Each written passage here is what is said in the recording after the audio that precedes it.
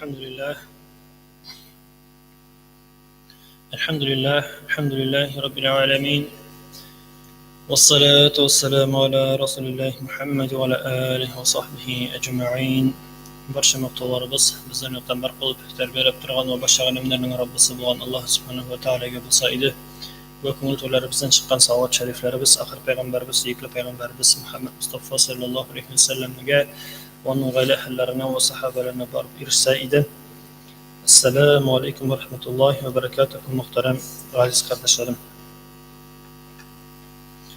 Endi Alloh taolo bizlarning shu ikki juma orasida qilgan amal ibodatlarimizni dirslab qabul etib, bandashilik bilan bilib bilmay qolgan ulug' va gunohlarimizni yorliq qilsa edi. Biz sizning bilan muhtaram jamoat qabrida bo'lgan beylim bo'lgan masalalarni qarovni davom etamiz. Endi o'zgan atmada Ilgis Hazrat bilan to'xtalib qolgan edik qabr azoblarining sabablarida. Shularning qaysi birlariga to'xtalib ketirga tirishamiz inshaalloh. Endi qabr azobining sabablarining birinchisisin aytib ketasi kela, unda bo'lsa so'z yertu ham najislardan poklanmau, istinjosiz yer ikkinchi turli aytganda Ibn Abbos radhiyallohu anhu ismli sahaba rivoyat etuvi bo'yicha payg'ambarimiz Muhammad Mustafa sallallohu alayhi vasallam ikki qabr yonidan o'tib borganda aytdi: bu qabrlarning egalari g'azoblana, ularning birisi najislardan poklanmisha yurgan, ikkinchisi kishi orasida so'z yurtgan deb xabar etdi payg'ambarimiz Muhammad Mustafa sallallohu alayhi vasallam. Azrakkina bu masalalarni anlatib ketik endi. Nashason istinjasiz yuru deganda bilganimizcha endi u badrifga kirgach, yumushni o'tagandan so'ng endi suv bilan poklanmau, suv bilan surtmau deb aytilganda jumov.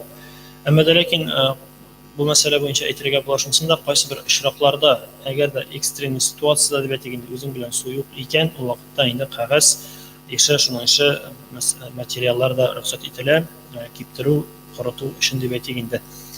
Ammo lekin suv bo'lganda so'zda yo'q, suv bilan yo'rg'a kengash etiladi. Hattoki qaysi bir olimlar aytuvuncha meditsinskiy yoqdan da bu endi kengash etilgan ko'rinish. Chunki ko'p masalada aytamiz endi Alloh taolo bir narsani da bularga bizga buyurmaydi. Har bir masalada uning o'zinchaligi bor, nishkaligi bor. Shunga ko'ra endi biz Alloh taolaning amrini o'targa tegishlibiz. Ham agarda endi bu masala endi namoz o'qigandagina tugul, namoz o'qish vaqtida qolmay, har doim, har vaqtda qachon qulga qaramasdan biz endi istinja qilib yerga tegishlibiz.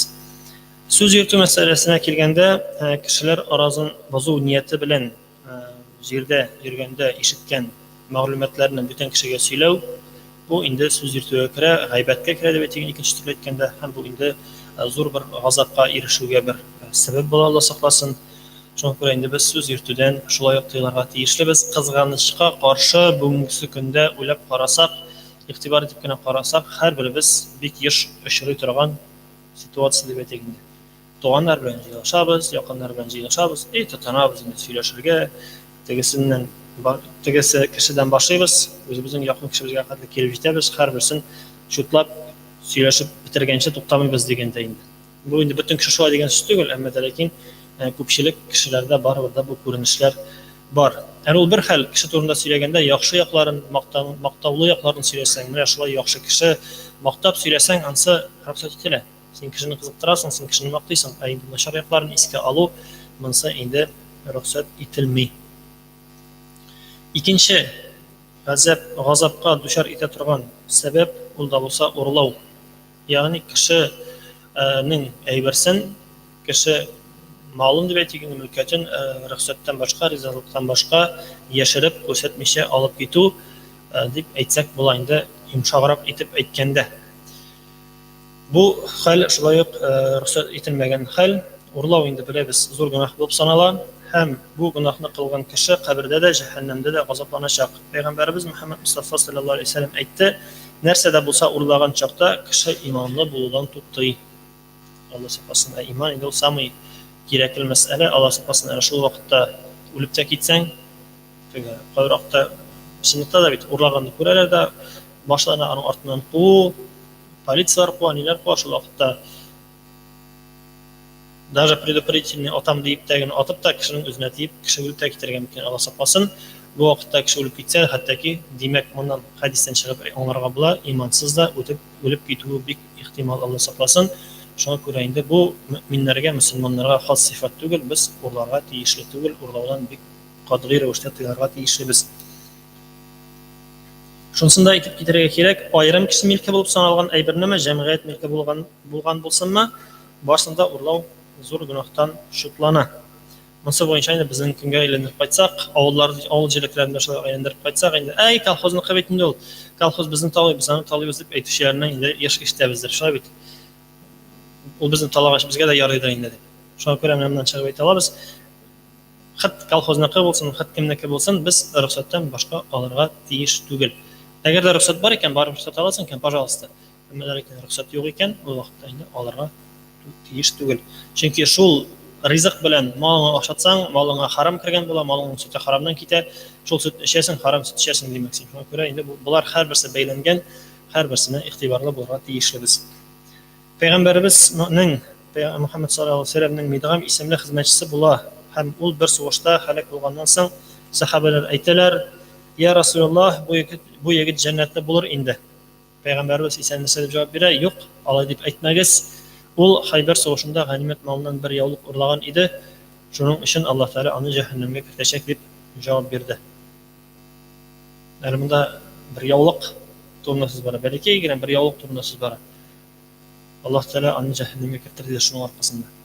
Монда инде күпчелек хәдистә без игътибар иткәнебез бардыр. Пәйгамбәрбез сүз алып бармый, мәңгелек турында сүз барамы, әллә шу газабына җавап бирү турында сүз барамы? Анысына без кысыла алмыйбыз. Без өметләнәбез шул газабына җавап бирер дә аннары чыгыр дип, әмма ләкин әле шул газабына җавап биргәнче дә байтак интегергә кирәк дип әйтик, Алла сакласын. Анда бер мизгелгә дә бер безнең дә керәсебез килмидер. Шуңа һәрбер кечкенә генә булса да гөнаһтан һәрберебез тыйларга тырышырга тиешлебез. Инде һәрбер кечкенә генә булса изгелекне ансын инде үтәргә тырышырга тиешлебез иншаллах. Һәм шул вакытта бер кеше үзенең ганимәт малыннан бер аяк киеме урлаган турында әйтә һәм пәйгамбәрбез аңа җавап биреп саллаллаһу алейһи ва сәлләм, ул башмаклар кабереңә ут рәвешендә килер дип җавап бирә. Моннан инде тагын бер кат әйләнеп кайтам. Шуңа күрә кечкенә генә булсынмы, зур әйбер булсынмы, без инде урлаудан сак булырга тиешлебез. Ялган сүзләр сөйләү шулай ук кабер азабына дучар итә. Пәйгамбәрбез саллаллаһу алейһи ва сәлләм әйтте: "Ялганнан сакланыгыз. Дөрестән дә кешедә иман һәм ялган бер үк вакытта бергә тормый." Мөэмин сүрәсенең 28-нче аятында шулай ук әйтә: Аллаһ Тәгалә ялганчыны туры юлдан йөртмәй, туры юлдан юнәлтмәй. Шуңа күрә инде ялганнан да без сак булырга тиешлебез. Кайбер вакытта ялган кечкенә генә бер ялган булырга мөмкин. Ярый инде. Нәрсәгә әйтеп торганнар. Әмма ләкин шул кечкенә генә бер ялган аркасында кайсы бер вакытта тагы да зуррак проблемалар килеп чыгарга бик мөмкин. Шуңа күрә инде без ялган дигән сүздән дә инде бик сак булырга тиешлебез. Һәм инде пәйгамбәрбез саллаллаһу алейһи ва сәлләм хадисләреннән дә, Коръәннән дә күреп беләбез, ялган шаһадат бирүнең һәм сәүдәдә алдашуның яман нәтиҗәләре турында катгый исәтүләр анда бик күп, бихисап. Шуңа күрә игътибарлы булыйк. Һәм инде алдап үлчәү турында да аеры бер тема булып кисәтелеп кителә. Чөнки сәүдәгә кагылайнымса, әйтик, анда ярмалы нәрсәләр үлчәгәндә булсынмы, бодай, арпалар үлчәгәндә булсынмы, ул яки шул ук сөт сатулар булсынмы, ул һәрберсендә сәүдәдә без гаделлек белән сәүдә итәргә тиешлебез. Инде үлчәү дигәндә инде беләбез ничек күренеш, сөт дигәндә ялганда ничек икән, шулай ишеткәнебез бардыр. Сөткә су кушып, инде су күренмәй бит инде янәсе. Сөтне күбәйтәләр, бәйне күбәйтәләр. Шуңа күрә бу нәрсәдә инде катгый рәвештә тыела. Үлчәү әйберләрен сатканда үз файдаңа аңлап, алдалап үлчәләү. Һәм бу мәскүренеш ислам дине буенча зур гөнаһка санала.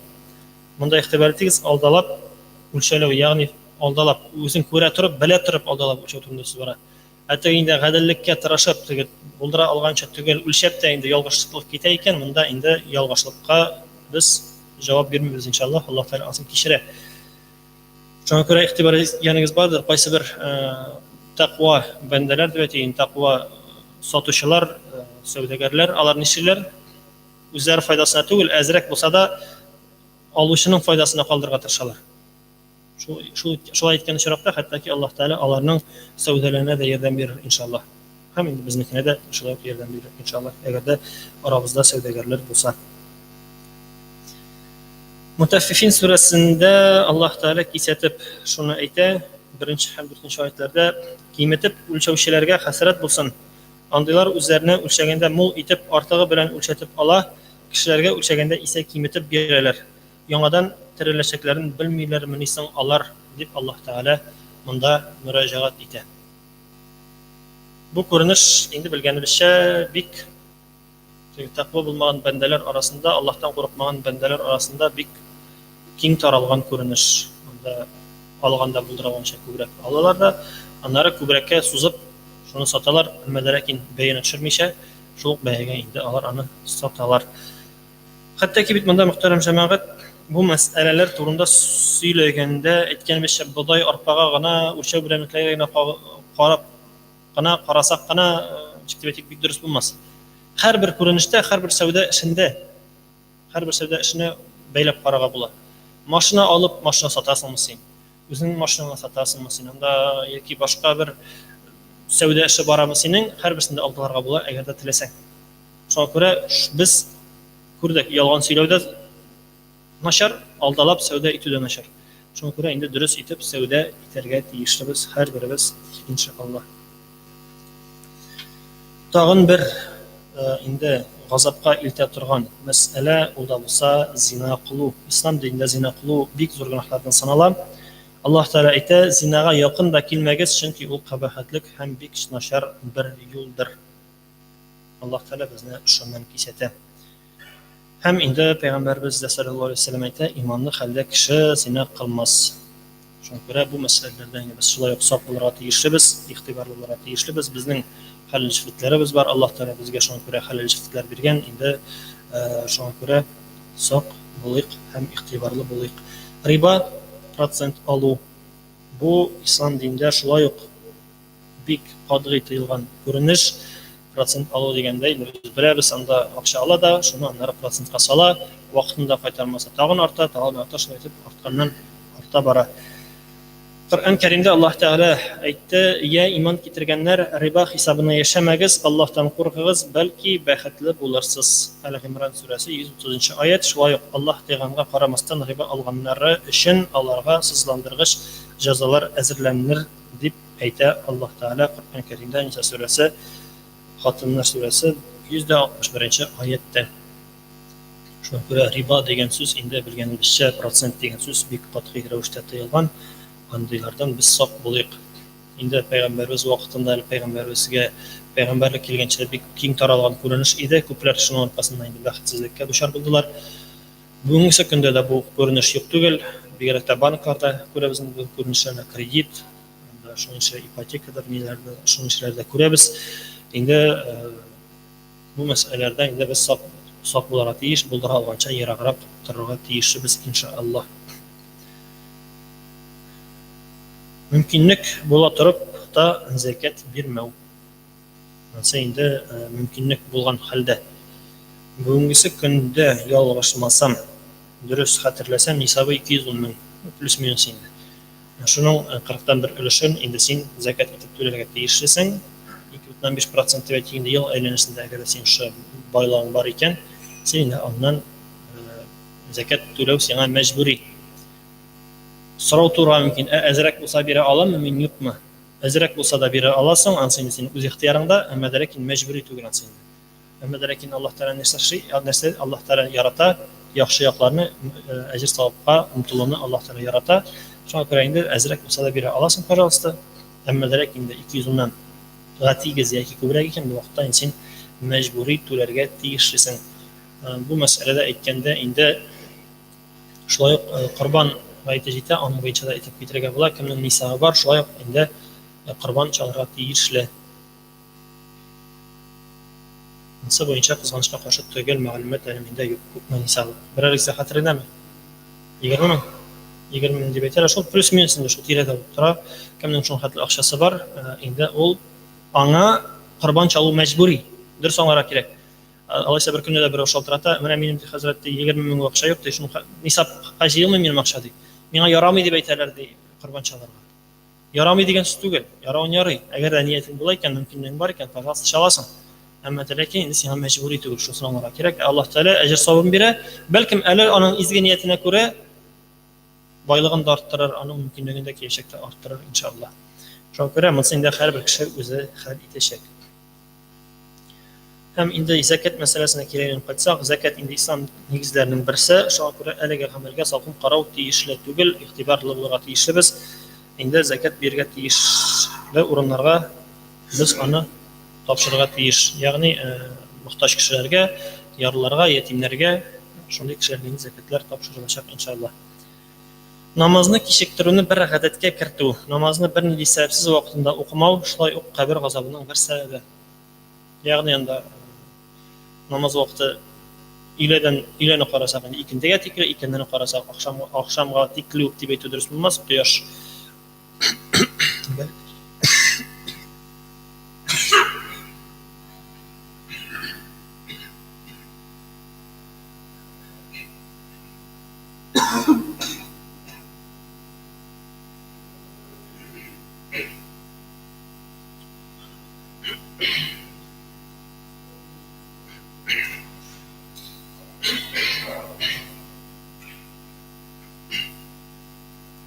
Ләшә бенче бирүшендә, ләшә бирүшендә.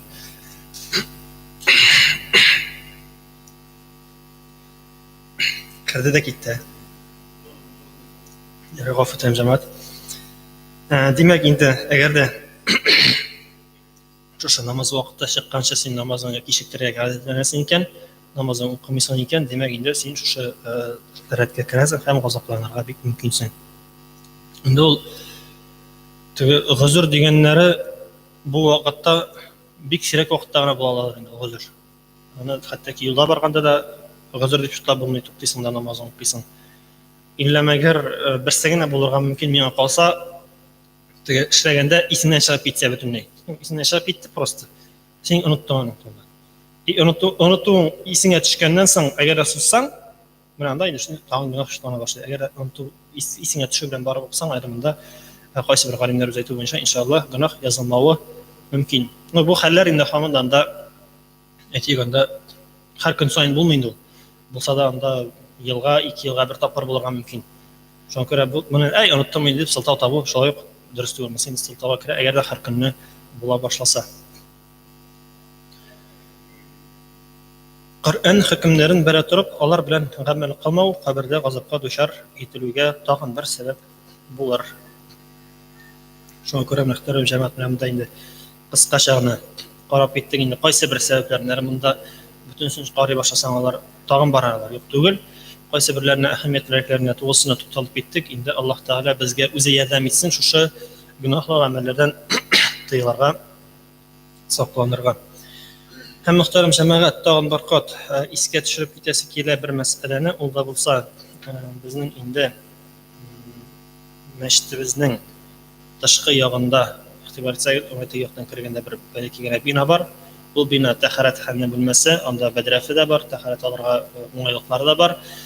Инде ничә атна элек беренче тапкыр кабатлаган идек, тагын бер кат кабатлыйм. Инде тәһарәтханәне, тәһарәтләрне бәдрәфкә баруларны шунда күчерәбез, шунда тәһарәтләнәбез, шунда бәдрәфкә барабыз. Бигрәк тә инде җомга көннәрендә, мондый көннәрдә дә шулай кала.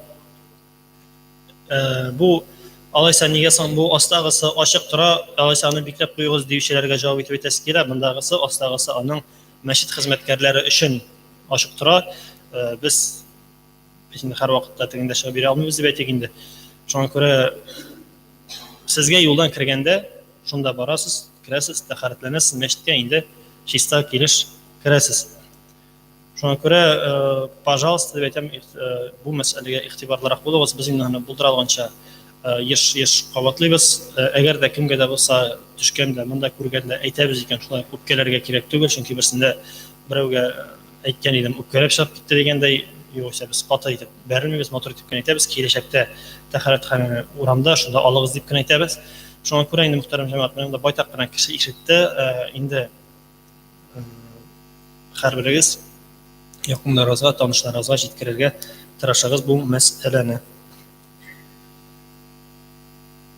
Хәзергә шунда тукталырбыз. Инде Аллаһ Тәгалә әйткәннәрнең файдасын насыйп итсен һәрберебезгә.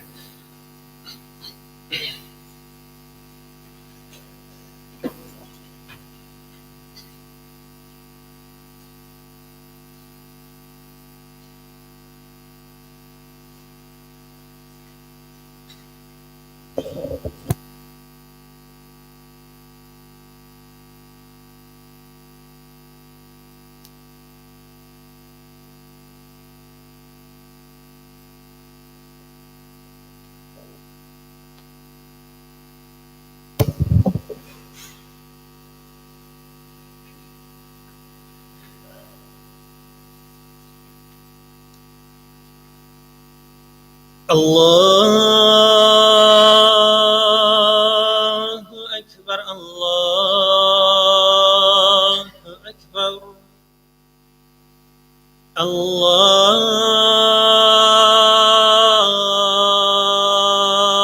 الله أكبر الله أكبر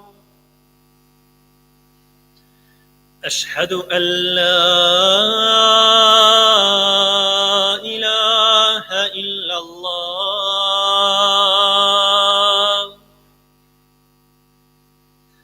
أشهد أن لا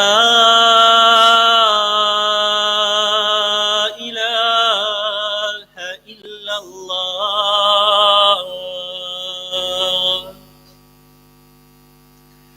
أشهد أن محمدا رسول الله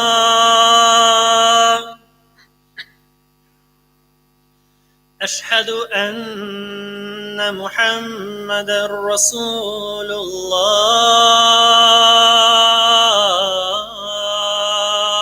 الله حي على الصلاة حي على الصلاة حي على الفلاح حي على الفلاح الله أكبر الله أكبر لا إله إلا الله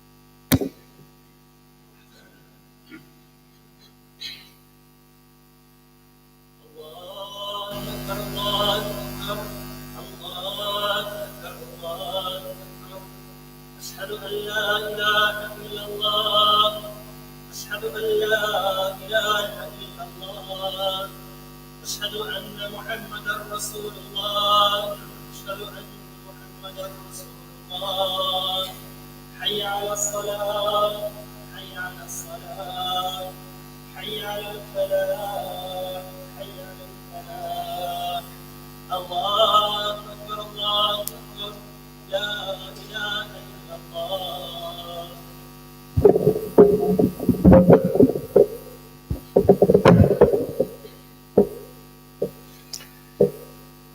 الحمد لله الحمد لله الحمد لله الذي هدانا للإيمان والإسلام وجعلنا من أمة محمد عليه الصلاة والسلام وفضل الجمعة على سائر الأيام كما جاء في الأحبار أن الجمعة حج المساكن والسيد الأيام أشهد أن لا إله إلا الله وحده لا شريك له شهادة موصلة إلى دار السلام وأشهد أن محمد عبده ورسوله سيد الأنام صلى الله تعالى عليه وعلى آله وأصحابه برارة الكرام خصوصا منهم على أبي بكر الصديق وعمر الفاروق وعثمان ذي النورين وعلي المرتضى الأئمة رضوان الله تعالى عليهم أجمعين أما بعد الحمد لله الحمد رب العالمين والصلاة والسلام على رسوله محمد وعلى آله وأصحابه أجمعين alamlarning Rabbisi va tarbiyasi va Alloh subhanahu va haq ta'alaga aytgan barcha sirlarimiz, barcha maqtovlarimiz, barcha shukrlar bo'lsa edi. Hamda shu alamlarga rahmat etib berilmiş, ko'ndirilmiş payg'ambarimiz Muhammad Mustafa sallallohu alayhi vasallamga da bizlarning yuraklarimiz turibizdan chiqqan salovat shariflar bo'lsa edi. Hamda shunun so'ngida ushbu Allah'ın büyük gününde, cuma gününde illa Allah'ın koşkanın, Allah'ın farzını ötüm deyip, şu Allah'ın yurtuna gelgen gayız kardeşlerim, cuma namazına gelgen gayız kardeşlerim, sizlerin yeniden de İslam'ın büyük selam bilen selamlayayım. Selamun aleyküm ve rahmetullahi ve berekatuhu diyeyim. Allah'ın büyük selamı, rahmeti ve bereketi barşalarımızga erişseydi. Şimdi elhamdülillah bana gayız kardeşlerim, Ramazan ayı tamam bulup, 70 gün ötkenden soň alhamdulillah bizning tağadan da yana bir bayramımız jite. Allah bulsa büyük bayramımız Aydul Adha Qurban bayrami alhamdulillah sonralı günlerine kaldı. Allah nasip etse şimdi biz şu bayramda sizin bilen ötkereşekler. Haminde şu bayram ötkere alınan elbette indi biraz anın hükümleri var. Şu hükümlerge qarab ketirge kerek. Şularni esке tushirib o'tsak, baribir içinde faydalı bo'lar inşallah. Endi eng birinchi kimlar qurbon chalorga tegish degan so'rovga javob berik. Chunki bu so'rovni bizga ko'p beralar. Ko'pgina kishilar bilmaylar. Ular qurbon chalorga tegishmi, yo'qmi? Ham kimlar tegish, endi shiraqda tegish ekanini esga tushirib o'tsak, albatta xayrli bo'lar jamoat. Hamda albatta eng birinchi biz aytamiz endi qurbon kimlar shalarga tegish. Bu birinchisi albatta endi musulmon kishisi, baliq bo'lgan kishi, aqlli bo'lgan kishi yoki divana kishilar ustida turmay, aqlli, baliq, musulmon, tutqunda bo'lmagan, turmada bo'lmagan ham safarda bo'lmagan kishilar uchun. Mumkinligi bo'lsa safarda bo'lgan kishiga endi turli og'irliklar keladi, ularning ustida turmay. Agar da buna ishli ekan safarda bo'lgan kishi albatta ul aning ishi xayrli, ammo ularning ustida turmaydi bu vaqtda. Hamda qul bo'lgan kishiga shunday. Hamda biz aytamiz bir tag'in bir ikkinchi turli aytganda mumkinligi bo'lgan kishilarga har yilni qurbon chalov vojib bo'ladi, tegish bo'ladi. Mumkinligi bo'ladi. Mana shu mumkinligi bo'lgan kishilar kimlar? Hamda albatta ko'pgina vaqtda mana aytganim ishi ko'pgina kishilar anglamaylar, chalorga molarga chalmasqami, aning nidir bir ko'lami bormi deb so'raylar shular bet. Albatta endi mana shu joyli bo'lsin uchun aning ko'lamida aytilar yoki endi nisobi deb aytilganda, ammo ul nisob zakat nisobini o'xshamagan. Mana shu qurbon g'ayiti kunlarida agarda bizning kisabizda ortiq aqshamiz bor ekan, qo'llanishdan bo'lmagan 18500 so'm aqsha sanab chiqarilgan, u kishiga qurbon chalov vojib deyish bo'ladi. Ana shunda shular bit. Mana shu qurbon g'ayiti kunlarida Яңа bir жылда хуҗа булырга кирәк түгел, закаттагы шикелле. Шушындый мөмкинлегебез бар икән һәм артык акчабыз бар икән 18 меңнән артык. Безнең өстебезгә корбан чалу төшә. Ваҗиб була. Менә моны аңларга кирәктер шушылай.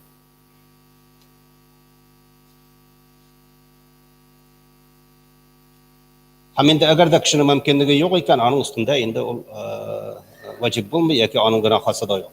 Әмма инде без бер нәрсәне онытмаска тиешбездер. Шушы корбан чалуның нинди бик гамәл икәнлеген онытырга ярамый. Чөнки корбан чалганда инде без сезнең белән беләбез. Әйтелә, сезнең чалган корбаннарыгызның беренче тамчы каны җиргә төшкәнче Аллаһ Тәгалә сезнең гынахларыгызны юк итә. Менә бу безгә җитмиме? Беренче тамчы, әгәр дә Аллаһ ризалыгы өчен без корбанны чалабыз икән, Аллаһ кабул итсен дип изге ниятебез белән, иншааллаһ, аның беренче тамчы каны җиргә төшкәнче Аллаһ Тәгалә гынахларыгызны юк итә. Бу безгә әлбәттә җитә.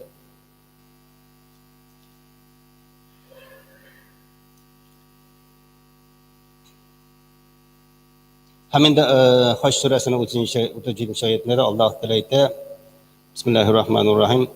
لا ينال الله لحومها ولا دماؤها ولكن يناله التقوى منكم. Яки сезнең чалган малларыгызның каннары да Аллаһка ирешмәс, мәгәр тақва гамәлегез генә, тақвалыгыгыз, хәерле гамәлегез ирешер. Яки инде без шуны беләбез ки, Аллаһ Тәгаләгә безнең чалган малларыбызның каннары да, итләре дә кирәк түгел. Кирәк Аллаһ Тәгалә безнең ихласлык, тақвалык, Аллаһның әмрен үтәү.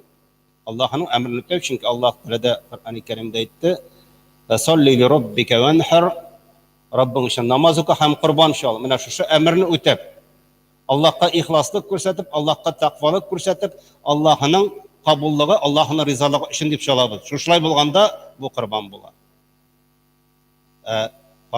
Бүтән нәрсәдә булса ул ит була. Аңа күрә дә әйтә бит Аллаһ Тәгалә кирәк түгел ди чалган малларыгызның каннары да, итләре дә Аллаһның әмрен үтәп, ихласлык белән чалган корбан кабул була. Һәм инде әйткәнебезчә менә хөкемнәр дидек. Инде корбан ителәчәк хайванның кимчелекләре булырга тиеш түгел дип әйтәбез, әмма бар кайбер кимчелекләр, алар булса да ул корбанлыкка бара торган. Һәм шуларны һәр менә ике нәрсәне карап утырсызның белән. Бу инде менә беренчесе кайбер вакытына кимчелекләре булганда, бу мал корбанлыкка бара. Нинди кимчелекләр? Хайванның күзе күрүме начар булса, дым сукыр түгел, күрүе начар һәм кылыйлык булса да, бу корбанлыкка бара дип әйттеләр. Бер аягына аксау яки йөри алмаслык дәрәҗәдә түгел, аксаган. Акса, әмма йөри. Көтүдә дә йөри. Йөрүнә комачау итмәсә, инде тумыштан мөгезләре яисә мөгезенең бөрелеше булмау. Тумыштан. Колаклары тишелгән булу һәм берничә теше булмау. Буларны тыңлабрак утырагыз, чөнки күп теше булмау бар һәм берничә теше булмау бар. Койрыгын яки колагының зур әһәмияткә ия булмаган өлешенең булмау. Яки иштән бернән дә ким булмаган. Һәм шулай пиштерелгән тәкәләр турында да бик күп сорыйлар. Пиштерелгән тәкәләр дә шулай ук инде корбанлыкка ярый. Корбанлыкка ярый. Менә бусы шушы бераз кимчелекләре булган, әмма корбанлыкка ярый торган хайваннар. Ләкин инде без шуны беләбез, иң яхшысы шушы кимчелекләрендә булмау. Чөнки Аллаһның ризалыгын өмет итәбез. Һәрбер кеше үзенең мөмкинлегенә карый. Әгәр дә мөмкинлеге була торып та, теге шым мәгънәдә мөмкинлеге зур икән, ул вакытта инде әлбәттә безгә инде шын мәгънәсендә менә шундый кимчелексез корбанны сайларга кирәк. Аңа тагын истәмә бер тукталып үтәрбез. Инде кайбер менә җитдирәк кимчелекләр аркасында хайваннар корбанга чалынырга лаек түгел. Шуларны карарбыз. Ниндиләр алар? Бер күзе яки ике күзе дым сукыр булган. Бер күзе күрмәй, икесе бөтенләй күрми торган хайван. Аксаклыгы берәр урынга барып җитәр өчен комау чалу итсә, яки йөри алмый мәгънәсендә, яки берничә адам атый да бетте. Бер яки ике колагы тулысынча киселгән булса, көпшілік тішлері болмаса, ана ауылындағы тішлері бар, сол тішлердің көпшілігі болмаса, бір екі мөзі түптен сынған болса, тұмыштан түгіл, сындырылған, сынған болса, сөзі шып сындырған, соқып сындырғандар ма, құйрақның яртысынан екі анның көбірегінен зиян келген болса, ярты құйрақтан да азырақ болса, емшектері болмаса, бик толчыққан халде яки хәлсіз хайван болса, хәлсіз шул қадар арақ хайван, ябық шунды, хәлсіз. Әмінде төдеге қалған хайванларға қошандырады, құтырған хайван деп айталар. Құтырған, келірген деп айталар. Ондай хайвандарда бармаз. Күтуге жүрір.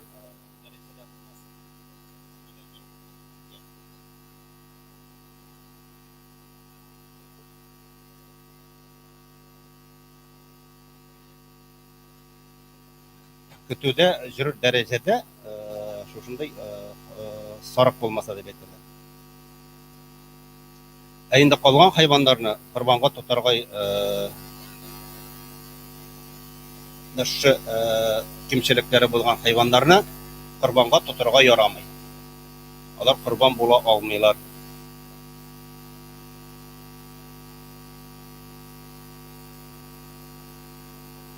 Жоғарыда әйтілген хайвандар ата жіністен де, ана жіністен болса да ярай. Онда не yok. Негізде енді сарық білән gece suyu toplana. Alır bir yıllık bularga tiyişler. Anı hükümü var şulay bit. Eğer de hayvan yartı yıllık ama yine özünün tazalığı bilen, kürlüğü bilen bir yaşlık sarıkta turayken, berenge turayken o vakitte anı da yaray. Şunun derecesinde bulsa. Eyinde gözde öğretirlikler. Sıyır suyğanda aytırga kerak. Ol vaqtda endi sıyır suyğanda ol vaqtda endi anın 2 yaşlı boluğu, 2 yaş to'lgan boluğu. 1 yaşda 10 aylık yoki 11 aylık sıyır bola ekan, ol qurbanlıqqa barmay 2 yaş to'lgan boluğa teyish, to'lib artgan boluğa teyish. Bu endi bu yolga da şulay qaray. Ham endi diye endi 5 yaşlık boluğa teyish. 5 yaş. Sarıqlarını endi biz bilamiz ki bir kishi hisobidan chalamiz. Endi ansında aytib o'tira kerak, agarda endi yilda bir qurban chalasang ekan, bizda bitni shiratqa quyuda bor. Bu yil menga, anlari senga deb, anda 1 yaşlık bolaga da chalalar. Munda endi taqdim etilar alimlar tarafından şol, agarda ailada bir qurban chalmak mumkinlik bor ekan, o aile boshlig'i tarafından ismini chalanlarga teyish. Yoki irqchi ismidan chalına, aminda aning ulushi barsana da bor deb aytilar. Bu bir qan bo'ldi, qurbon bo'lganda. Agarda mumkinlik bor ekan, kishi endi ol vaqtda, xo'ja ol vaqtda o'zine de chal. O'zine de chala, xotinina da chala, bolalarni da chala, tilasa mumkinligi ko'pdan bo'lsa. Bir qurbon bo'lganda endi bu so'rovni shulay yo'q, bik ko'p beralar. Kim ishini shalaga shiratqa qo'yirganmi deb menimcha endi mana eng durasti shul olimlar tomonidan aytilgan, ol da bo'lsa aile boshlig'i ismidan chalına ham barsada inshaalloh ulushi tiya. Endi iritirlikda malni sıyırlar, buyvollar, alar diyorlar, alar 7 kishi hisobidan chalırlar mumkin. 7 kishi qo'shilalar, ammo butunisining niyatlari qurbon bo'larga teyish. Shular orasidan birsigina it hisobına kelib qo'shilar ekan, it bo'lsin hali qurbonga yetib kunlarida deb Alloh rizo bo'lsin, Alloh qabul etsin deb qurbon bo'lsin deb tugul. Ol vaqtda 7sinin degan qurboni qurbonlikdan ketmay. Shunga ko'ra anışı ırmar çalganda aslında qarara kerak, har birisinden niyeti şan ma'nosida qurbonlikda bo'lgan teyish.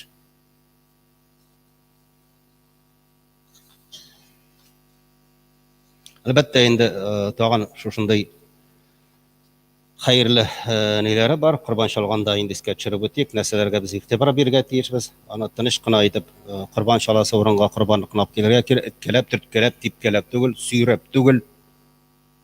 Bişer kishi suyrab kelalar bir sariqni.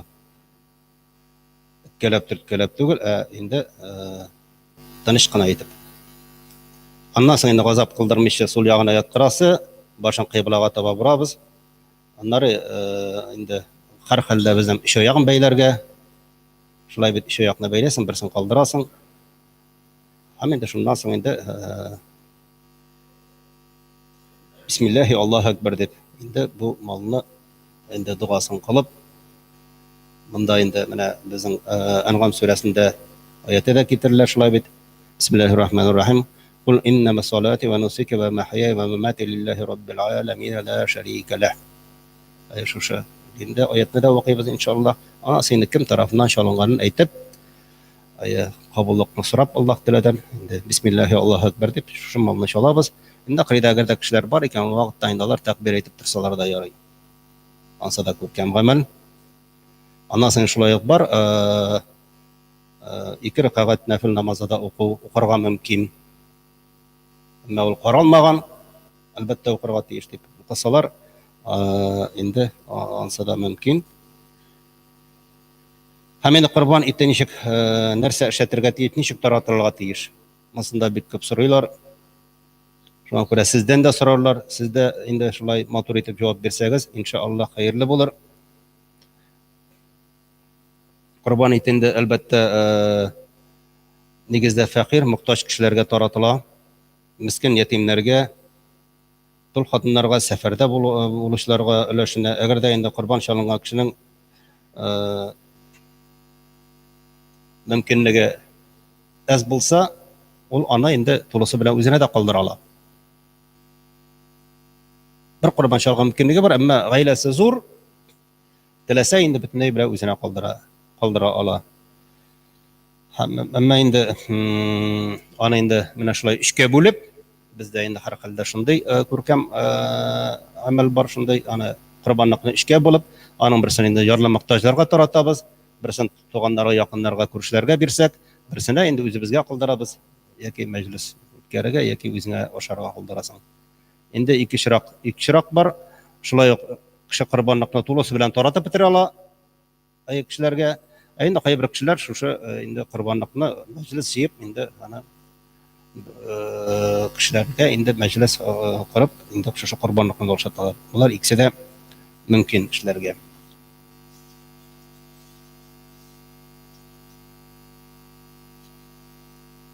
Курбан инде чалу инде без һәрберебез дә аңлыйбыз, гайз кардәшләрем.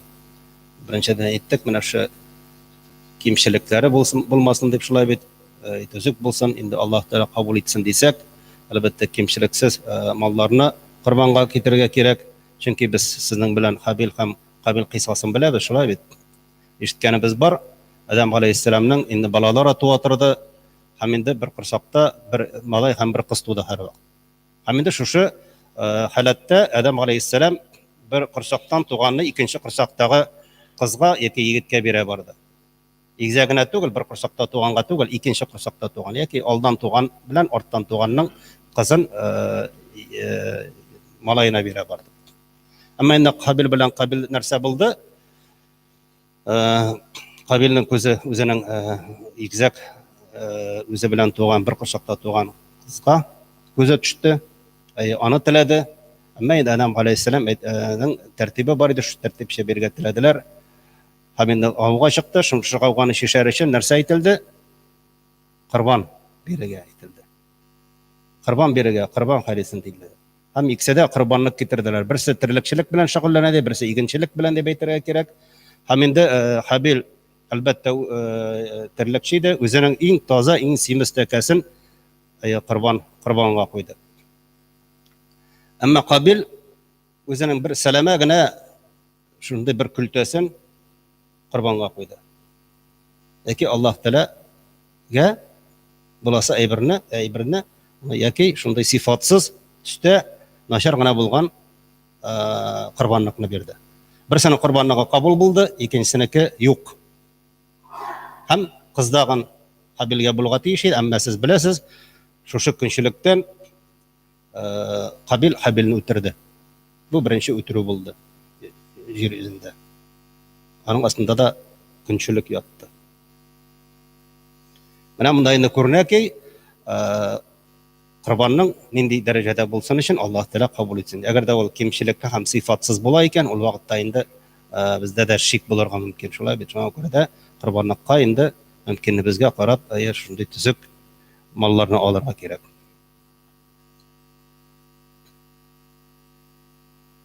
Hem indi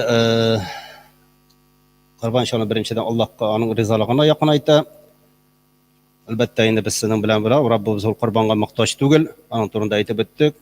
Onun bilen bizning özüne yakınlık derecesine tekşire. Çünkü Qurban degan söz yakın bolu narsa kadar yakın ayu deb anlayıp şulay bit. Elbette bu fırsatda endi biz bilemiz Allah'a yakın ayu Qurban şolu Allah'a yakın ayta. Ama Allah'a yakın ayta narsa eken biz aytib ötdük ihlaslık taqvalık deb. Şulay Qurban İsmail aleyhisselam kıssasını yüzge düşüre. Onun qutuluğunun hakkında fikirlerimizni yanarta. Çünkü İsmail aleyhisselam Allah Teala tarafından Qurban'a alıştırıldı. Çünkü İbrahim aleyhisselam Allah Teala sanadı, soңғы davrına tikli, soңғы minutuna tikli deb aytırga kerak. Hem endi onun için ondan soň şu sanawny tiyişli derecede ötken için Allah Teala İbrahim aleyhisselam böyle gidip bir ak takana berdi. Şoňa görä iň hayırlı bolup sanala. Ol da bolsa nende ak mögözlü teke. Çünkü şuşunday tekeni Allah Teala İbrahim aleyhisselamga berdi. Hem İbrahim aleyhisselam şuşu tekeni çaldı hem bu guruf bu adat indi bizlerge kelip erişti elhamdülillah. Biz de bugün şuşu amelini ötüybiz. Şuşu ibadetini ötüybiz. Hem indi aytırga kerek aziz kardeşlerim bizden Qurbanğa yetende körgenigizdir bildirüler var. Allah nasip etse 21 Ağustos gününde 10 Zülhicce 20 günü 9 Zülhicce 20 Ağustos 9 Zülhicce ol Arafa günü. Elhamdülillah bizning bitende şu Qurbanğa yeti ol haç kılu bilen beylengen. Bugün bizning bir köp güne Tataristan'dan hem Umman Rasey'den hem şahrimizden gitken 100'den artık hacılarımız indi elhamdülillah barsada varıp yettiler. Indi bugün sekinde haç kılarga azırlar inşallah. Indi mine şuşu orunlarda barıp, garafelerde bulup, minalarda bulup, payda mine minada indi İbrahim aleyhisselam olunçalarga deyip bardı. İsmail aleyhisselam da şuşu orunlarda bulup, şuşu orunlarda haç kılaşaklar, kurbanlar çalacaklar inşallah. Mana bu da indi elhamdülillah biz indi şulay yok. İsanimen yürüp, indi haclarını ötep, kardeşlerimiz de bizim tarafqa aylanıp qaytsınlar deyip, bizler için indi biz ketkende her birisine ayttık. Bizning için bunda kalganlar için degen indi dualar kılsınlar. Çünkü bu Allah Teala en yakın orunlar, Arafa itegi hem indi Akba yanında indi Allah Teala hiç çeksiz dualarını kabul ettirgen orunlar. İnşallah onlar da bizning için, özleri için hem bizning için de dualarını kırırlar. İsenlik, eminlik, bereket, tınışlık bulsun. Hem indi biz de şuşu beyram bizne maturguna ötkergen nasip etsin Allah Teala. Beyram indi bu yıl biraz erterek başlana saat 5'te. Ertenge 5'te. Çünkü Qurban çalası var. 3 gün bolsa da, 3 gün Qurban çalsak da barabir da halk bizning azrak yarsurak betinde. Hatta qaybirlari namazını da kütüp turmasqa nelere var. Endi bizde şulay qoyulgan ki Qurbanlıkta kete qaşan şirlikte namaz oqulgan, qayit namaz oqulgandan sonra Qurban çalarga yaray. Endi Mekke'de anda yok. Anda quyosh chiqqachda Qurban şalı başlansa bizde qayit namaz oqulgandan sonra. Şuna göre de endi biz saat 5'te başlayız. Vaqız bilen inşallah 6-cı yartalarda bizden qayit namazı bola. Ondan soň hutbalar oqub endi saat 6'larga endi biz tulusu bilen tamamlayız. Amma endi ol vaqtqa endi 6 tolgancha endi bizning endi namazımız oqulgan bola. Çünkü namazdan sonra hala tağın bir 5-10 minutlik hutba var, dualarımız var. Şulay aytып 6'ga bitiremiz. Endi biz ayttık, saat 6'da Qurbanlarını şala başlasalar yaraydı jilliklerde. Mana bunisi elhamdülillah hem endi bizim Qurban şala turgan ulan belgili.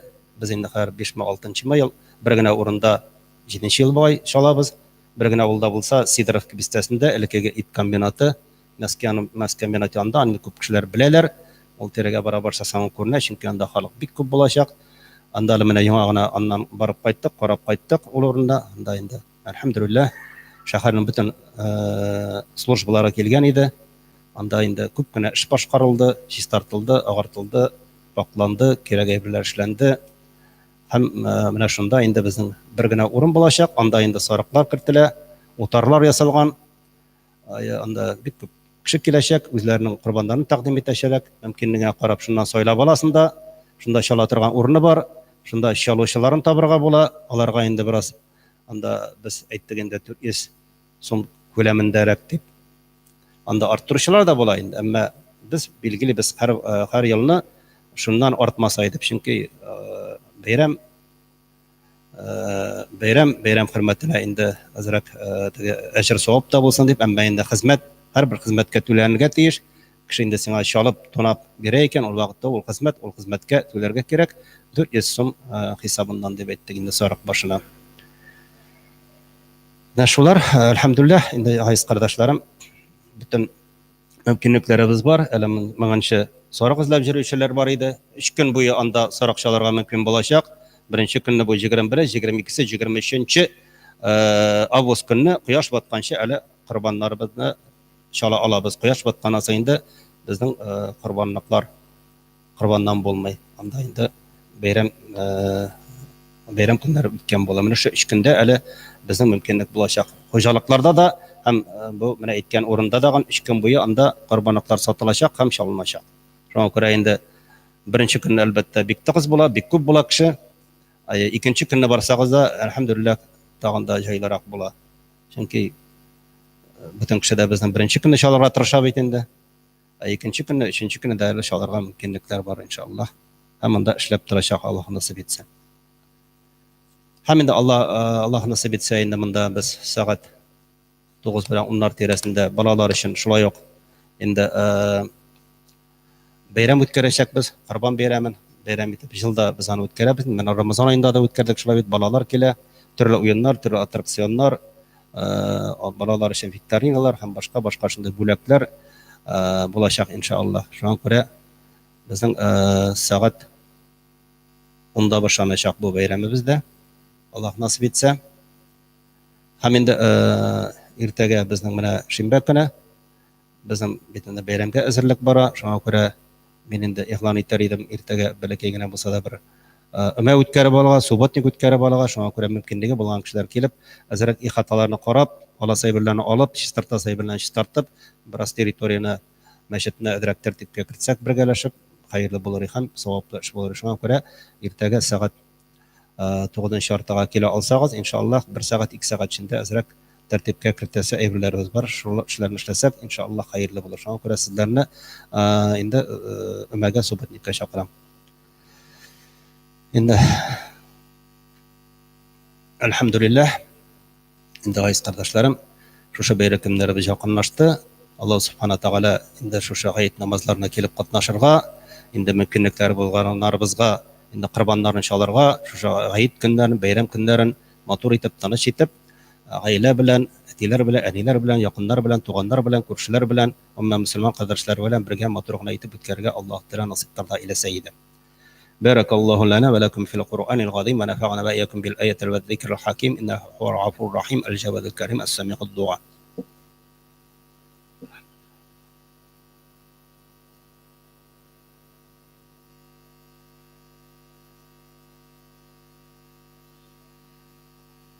Bir kişkine yığılan cemaat. Albatta inде bizning har birimizda kishimizda telefonimiz bor. Biz uni shu qadar yoratamiz, hatto Qur'onga qaraganda ko'proq yoratamiz. Chunki Qur'onni biz kunni biror topqir qo'lga tutamiz mikan? Ansi hali bilmayman, ammo yo'qodan turib bilan eng birinchi bizning qo'limizga telefon kelib kiradi. Ham kuni bo'yi biz undan ayrila olmaymiz. Mana bu kirisincha bo'lsa edi. Telefonga azraq e'tiborni berib, Qur'onga ko'proq e'tiborni bersa. Hatto shunda masjidga kelgachda shu telefon bilan o'ynab o'tiramiz. Xutba bora, va'z söylana. Hamma narsani aqtarib o'tiramiz shunda. Mana menga e'tibor etdingiz jamoat. Endi biz agarda menda keldik ekan, masjidga keldik, endi biz bitindi ayet namozini o'qirga keldik. Telefon aqtarib o'tirga kelib tugil menda kelib. Telefonlarni söndürüp kiradirgan bo'ladi butunlay. Jumga 1 soat, bir narsa da bo'lmas. Ammo ko'p narsa o'tishda bo'ladi. Qayr vaqtda mana va'z bora, namoz bora, telefonlar shaltiray boshlaydi. E'tibor keta. Bir-birimizga qimoshovlaymiz. Shunga ko'ra mana bu bek zo'r amal jamoat, adabga chaqiram shu adabga. Ko'proq telefonga tugul Qur'onga ko'proq e'tiborni beraylik. Ko'proq Qur'onga qaraylik. Aynan menda keldi ekan, hatto biz menda da Qur'onni qarab o'tirmaymiz. Agarda va'zdan ekan va'z tinglaymiz. Shimolsang shamima ay va'zni tinglash vojib. Xutbani tinglash vojib. Allohning barakatida bo'lgan.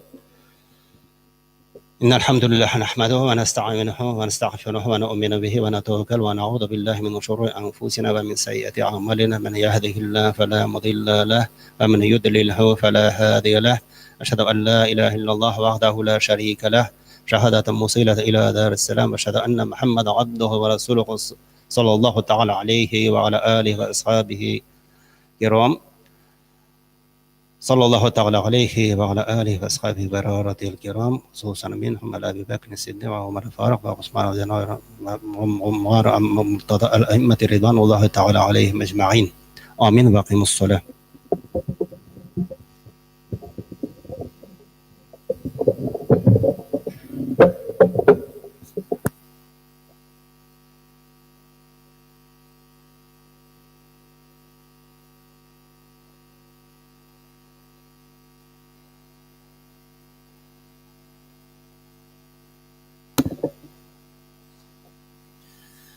الله أكبر الله أكبر الله أكبر الله أكبر أشهد أن لا إله إلا الله أشهد أن لا إله إلا الله أشهد أن محمدا رسول الله أشهد أن محمدا رسول الله حي على الصلاة حي على الصلاة حي على الفلاح حي على الفلاح قد قامت الصلاة قد قامت الصلاة الله أكبر الله أكبر لا إله إلا الله.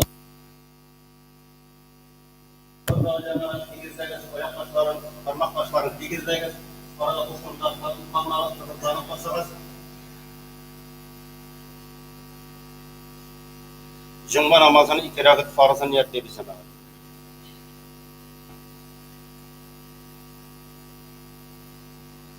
Allahu Ekber.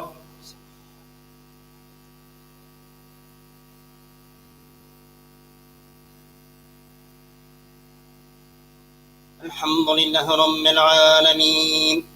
Errahmanirrahim. Maliki yevmiddin. إياك نعبد وإياك نستعين اهدنا الصراط المستقيم صراط الذين أنعمت عليهم غير المغضوب عليهم ولا الضالين.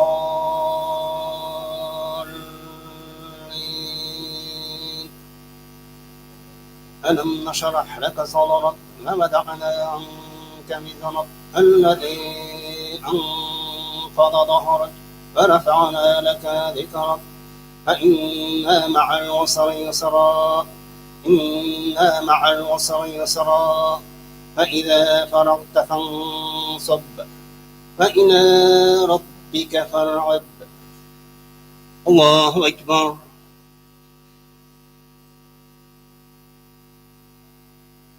سمع الله لمن حمده. الله أكبر.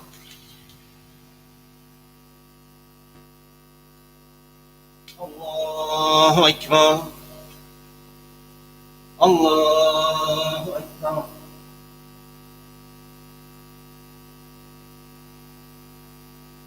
الله أكبر. الحمد لله رب العالمين الرحمن الرحيم مالك يوم الدين إياك نعبد وإياك نستعين اهدنا الصراط المستقيم صراط الذين أنعمت عليهم غير المغضوب عليهم ولا الضالين.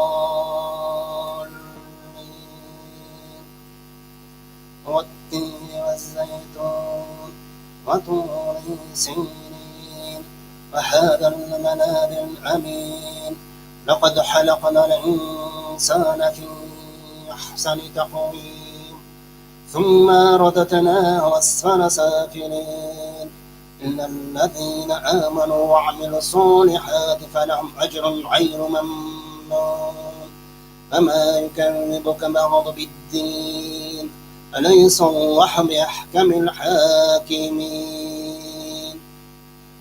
الله أكبر. سمع الله لمن حمده.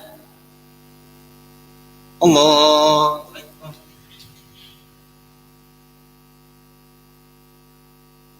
الله أكبر. الله أكبر.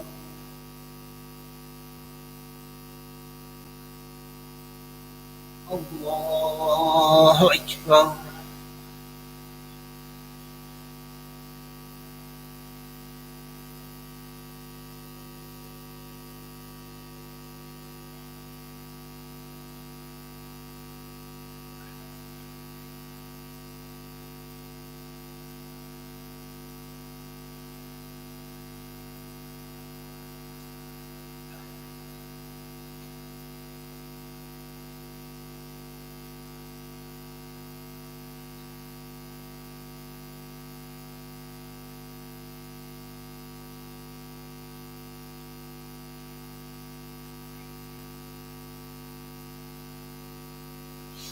السلام عليكم ورحمة الله. السلام عليكم ورحمة الله. أستغفر